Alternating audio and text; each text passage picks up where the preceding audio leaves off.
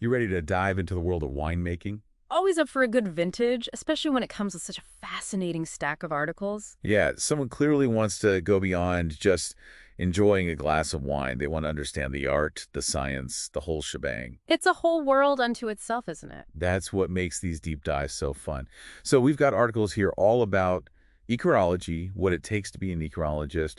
I mean, we're talking about the people who turn grapes into, well, Into an experience, really. right. It's not just grape juice, it's this whole process. They're like conductors of an orchestra in a way, these ecologists. That's a great way to put it. I mean, think about it. You've got the vineyard, the grapes, the fermentation, the aging. And they're making decisions every step of the way, shaping the final product. Exactly. And the articles you send over, they don't just scratch the surface. They dive into the nitty-gritty, The science, the artistry. supervising workers, ensuring quality, even the business side. Like, how do you classify and value wines? It's a multifaceted role, that's for sure. It's not just about having a refined palate, though that certainly helps. So then let's talk about that, the day-to-day life of an enologist. Are we talking vineyards, labs, fancy tasting rooms? What's the reality? Picture this.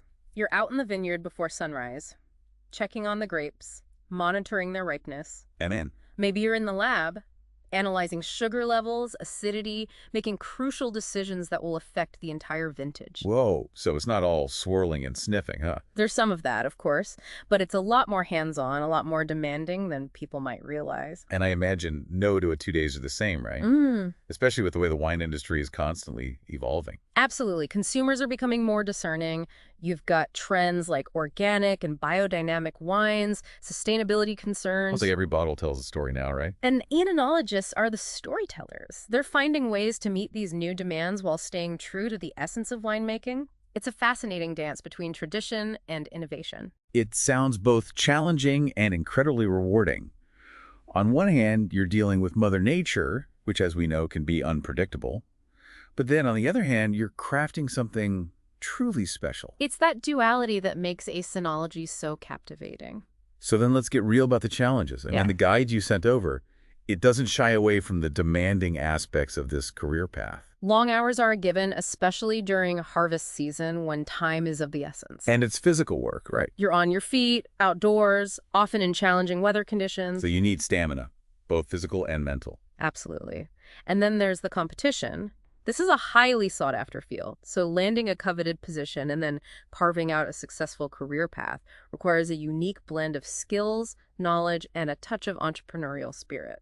Okay, so we've established it's not all vineyard picnics and cellar tastings. There's some serious grit involved. That's for sure. But for those who are truly passionate about wine, those challenges are more than outweighed by the rewards. So if someone's listening to this and thinking, this is it, this is the life for me, where do they even begin? What does a typical immunology career path look like? Well, a solid foundation in science is definitely essential.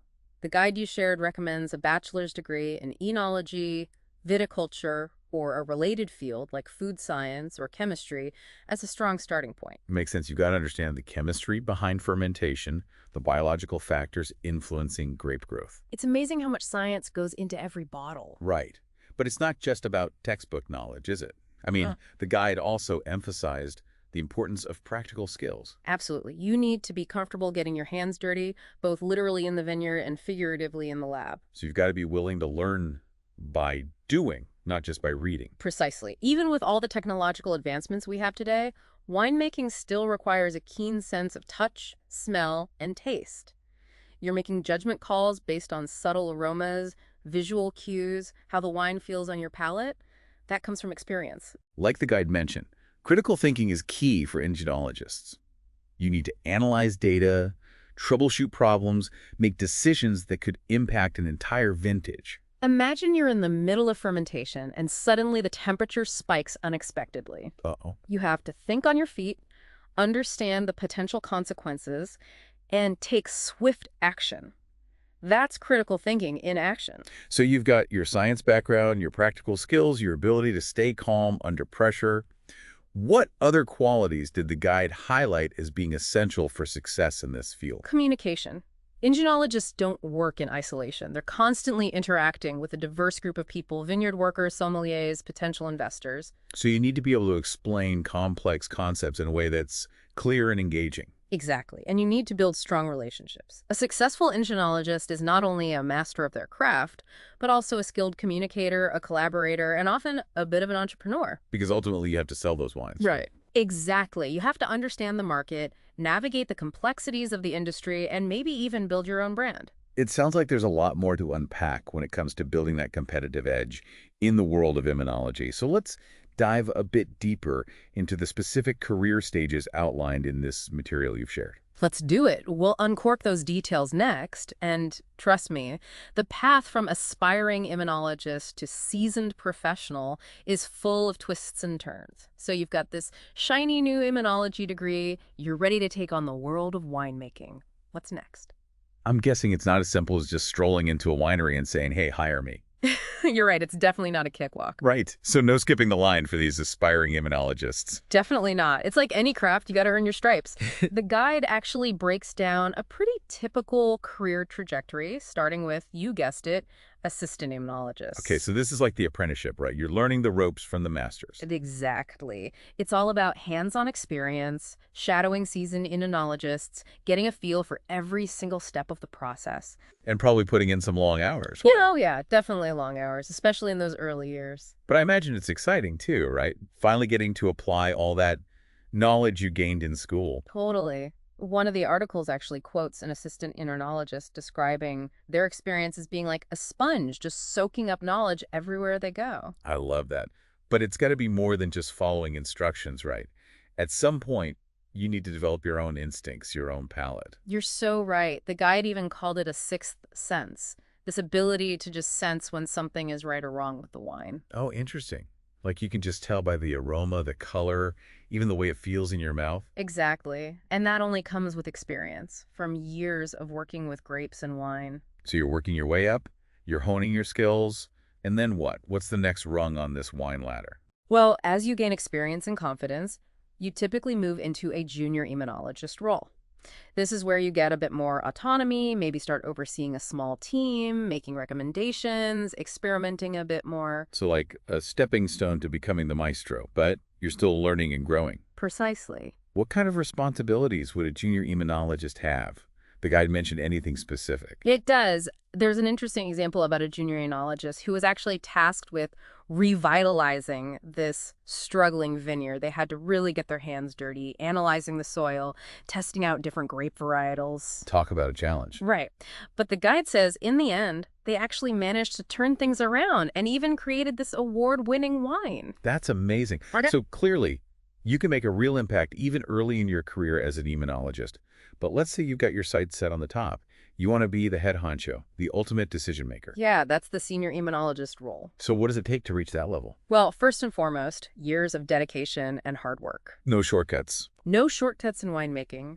You really have to pay your dues, hone your skills, develop that almost intuitive understanding of the entire process. And then once you've reached that level of mastery, what's it like to be a senior entomologist? You're basically the conductor of the orchestra. Exactly.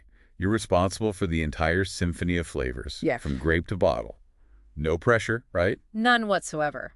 But seriously, it's a huge responsibility. You're making decisions that don't just impact the current vintage, but the future of the winery. So you're not only a winemaker, you're a visionary, a leader. Absolutely. You need to have that big picture thinking, that ability to anticipate trends and ensure the winery stays ahead of the curve. Okay, so you've put in the years, you've paid your dues, you've got the experience, the palate, the vision. There's still one crucial hurdle, right? Actually landing the job. Yes, the job hunt. And I'm guessing the competition is fierce for these immunologist positions, especially at the senior level. You are not wrong. That's where this material on RoleCatcher comes in. Oh yeah, we haven't even gotten into that yet. It's fascinating stuff. It's not just about having a fancy resume anymore. It's about navigating this whole digital landscape. So what's their secret sauce? How do you stand out in the crowded world of Oenology job hunting? Well, they really emphasize the importance of tailoring your CV, like literally crafting it for each specific job you apply for. Okay, so no more generic resumes. It's got to be personalized, showcasing the skills and experience that align with each specific winery's needs. Exactly. And get this, they actually have AI-powered tools that help you do just that. So AI for your CV, that's pretty wild. But it makes sense, right? I mean, it's like having a secret weapon in this whole job hunting game. Exactly. And it's not just about keywords, it's about telling your story in a way that resonates with those hiring managers. It's like we were saying before, every bottle of wine has a story.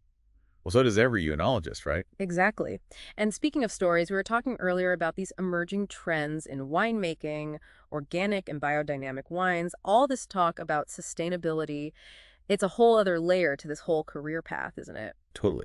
And I think it's really cool how consumers are becoming so much more conscious about where their food and drinks come from, the impact it has on the environment. Absolutely. And that's definitely trickling down to the world of wine. People want to know, are these grapes grown organically? Are they using sustainable practices? Right. It's not just about the taste anymore, it's about the values behind the bottle. Exactly. And for Oenologists, that means a whole new set of challenges and opportunities. So let's dig into that a bit. What are we talking about when we say organic wine? It's more than just ditching the pesticides, right? Right. It's a whole philosophy, really. It's about working in harmony with nature, not against it.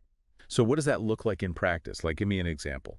Well, instead of relying on synthetic fertilizers, you're using natural compost to enrich the soil.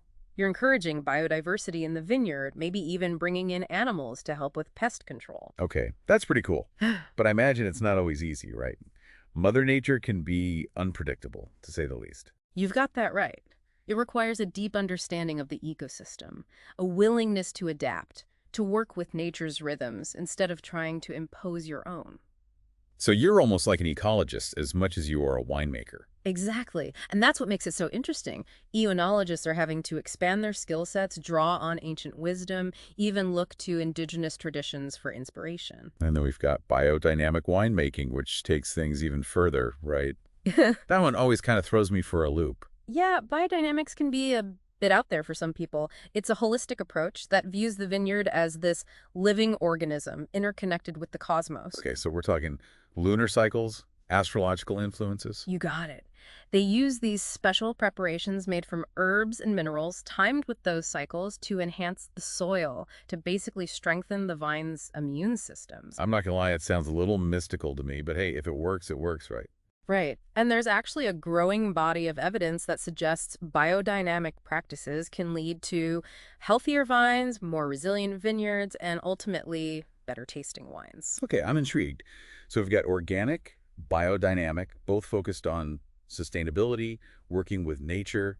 What's the catch? Well, the main challenge is that these practices often mean lower yields, higher production So it's costs. a trade-off, right? You're prioritizing quality, sustainability, but it comes at a price. Exactly. And then, of course, there's the whole issue of climate change, which is already having a huge impact on vineyards worldwide. The guide mentioned that, about how erratic weather patterns and droughts are really throwing a wrench in things. Yeah, it's a major concern. Entrologists are having to adapt, experiment with drought-resistant grapes, come up with creative irrigation solutions. It's a whole other layer of complexity in an already demanding field. It really highlights how interconnected everything is, doesn't it? Yeah. The health of our planet directly impacts the future of winemaking. It absolutely does. And on that note, it's been incredibly encouraging to see so many oenologists stepping up, becoming advocates for sustainable practices, responsible land management. They're not just making wine, they're protecting its future. That's really cool to hear. And amidst all these challenges, we're also seeing these amazing technological advancements in the industry, right? Oh, absolutely. Remember we were talking about RoleCatcher? Right, using AI to help you land that greenenology job. Exactly. But it's not just on the job hunting front. Technology is revolutionizing the way wine is made, from vine to bottle. Like that precision viticulture thing the guide mentioned. I was kind of curious about that. It's fascinating stuff. Think drones flying over vineyards, collecting data on vine health, soil sensors measuring moisture levels, all this information feeding into sophisticated software that helps oenologists make more informed decisions. So it's like giving them a superpower, right? Like they Yeah. can see and understand the vineyard in a whole new way. Exactly. And who knows what other innovations are just around the corner? It's an exciting time to be part of this ever-evolving world. It really is. We've covered so much ground in this deep dive. The science, the artistry, the challenges, the innovations. But ultimately, it all comes back to the wine itself. That magical elixir that brings people together. Exactly. And for anyone listening who's feeling inspired, who's thinking, maybe I could be an econologist, I say go for it. Absolutely. Embrace your curiosity, nurture your passion, and who knows, maybe someday we'll be toasting with a glass of your very own vintage. Cheers to that. And there you have it, another deep dive complete. We'll see you next time. Thirsty for knowledge.